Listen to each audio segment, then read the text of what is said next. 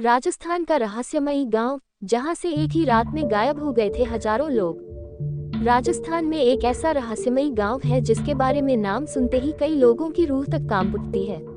आइए इस गांव के बारे में जानते हैं। राजस्थान, इस राज्य का नाम सुनते ही बड़े बड़े महल, विश्व प्रसिद्ध पैलेस या फिर फोर्ट्स का ही ख्याल आता है।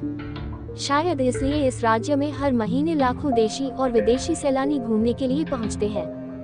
लेकिन राजस्थान के जैसलमेर शहर से लगभग 20 किलोमीटर की दूरी पर मौजूद कुलधरा गांव एक ऐसी जगह है जहां के बारे में सुनते ही कई लोगों की रूह तक कांप उठती है। इस गांव से एक नहीं बल्कि कई रहस्यमयी और डरावनी घटनाएं जुड़ी हुई हैं। हम आपको कुलधरा गांव की रहस्यमयी और डरावनी कहानियों के साथ साथ इसके इतिहास के बारे में भी बताने जा रहे हैं। कुलधरा गांव का इतिहास बेहद ही दिलचस्प है। यह माना जाता है कि प्राचीन काल में इस गांव को ब्राह्मणों द्वारा बसाया गया था। कई लोगों का मानना है कि कधान नामक पाली के एक ब्राह्मण ने इस गांव को बसाया था। इस गांव में मौजूद शिलालेख और नक्काशी के आधार कई लोगों का भी मानना था कि यहाँ कई वर्षों तक सिर्फ ब्राह्मणों का ही राज था और सलीम सिंह नाम के ब्राह्मण का राज चलता था। वो अन्य लोगों से वसूली भी करता था। भारत की सबसे रहस्यमयी और डरावनी जगहों की बात होती है तो सबसे पहले कुलधारा गांव का नाम जरूर लिया जाता है। लोककथा के अनुसार यह गांव 50-100 साल से नहीं बल्कि 200 सालों से भी अधिक समय से यह वीरान पड़ा हुआ है।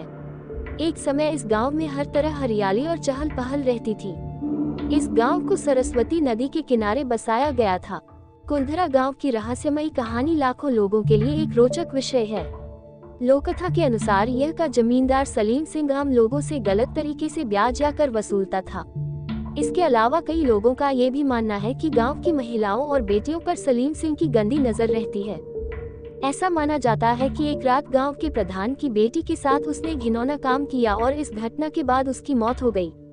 इस घटना के बाद भी सलीम सिंह की नजर गंदी ही रहती थी।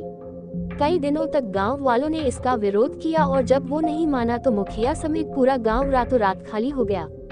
गांव खाली होने से पहले ब्राह्मणों ने श्राप दिया कि यहाँ जो कोई भी घर बनाना चाहेगा वो नहीं बना पाएगा। इस घटना के बाद उस समय कोई भी व्यक्ति डर के चलते इस गांव में अपना घर नहीं बनाता था। माना जाता है कि जो भी घर बनता उसके साथ कुछ न कुछ अजीब घटना होने लगती थी। अगर आप सोच रहे हैं कि क्या कुलधरा गांव घूमने के लिए कोई जा सकता है तो हम आपको बता दें कि यहाँ घूमने को लेकर कोई भी पाबंदी नहीं है। कुलधरा गांव अब भारतीय पुरातत्व सर्वेक्षण द्वारा संरक्षित तरीके से रखा जाने वाला एक ऐतिहासिक स्थल बन चुका है। यहाँ देशी और विदेशी पर्यटक भी घूमने के लिए पहुँचते हैं।